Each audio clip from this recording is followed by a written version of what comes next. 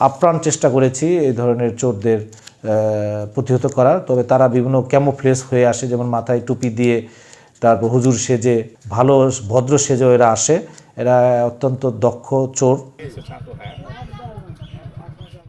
পটুয়াখালীতে doctor Mizanur Rahman আজহারীর মাহফিলে এসে স্বর্ণালংকার phone সহ মূল্যবান জিনিসপত্র খুইয়েছেন অনেকে। সবচেয়ে বেশি চুরি হয়েছে মোবাইল ফোন। বাসাবাড়িতেও চুরির ঘটনা ঘটেছে। এই ঘটনায় 2 নারী সহ 6 জনকে আটক করেছে পুলিশ। 2টি চুরির চেষ্টার ঘটনা ঘটেছিল, সেখানে চুরি করতে পারেনি, তাকে আমরা হাতে নাতে ধরে ফেলেছি। এরকম 2জন মহিলা আর 4 জন চোরকে আমরা গ্রেপ্তার করেছি। টোটাল 6 জন চোর আমরা গ্রেপ্তার করতে সক্ষম হয়েছি।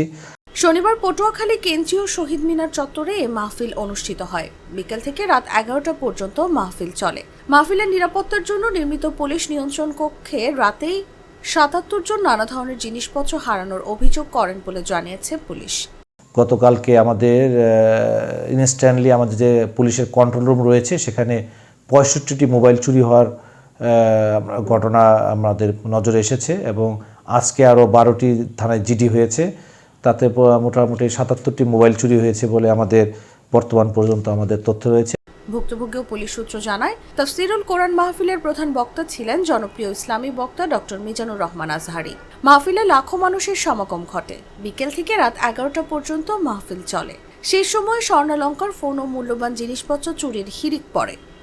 পুলিশের পক্ষ থেকে বিভিন্ন ধরনের প্রিকশনমূলক ব্যবস্থা নেওয়া হয়েছিল যাতে কোনো ধরনের অনাকাঙ্ক্ষিত ঘটনা না ঘটে। তারপরও আমাদের এই মিজানুর রহমান আজহারীর মাহফিলে বিভিন্ন ধরনের চোর চক্র, তারপর ছিনতাইকারী চক্র, এগুলো তৎপর হয়ে উঠেছিল। আমাদের প্রিকশনমূলক ব্যবস্থা নেওয়ার জন্য কিছুটা আমাদের কম হয়েছে। মাহফিল কেন্দ্র থেকে পটুয়াখালীর বিভিন্ন এলাকায়ও চুরির খবর পাওয়া যায়। পটুয়াখালী শহরের হেতাইলা বাদঘাট এলাকার বাসিন্দা মামুন কাজী থানায় একটি অভিযোগ করেছেন।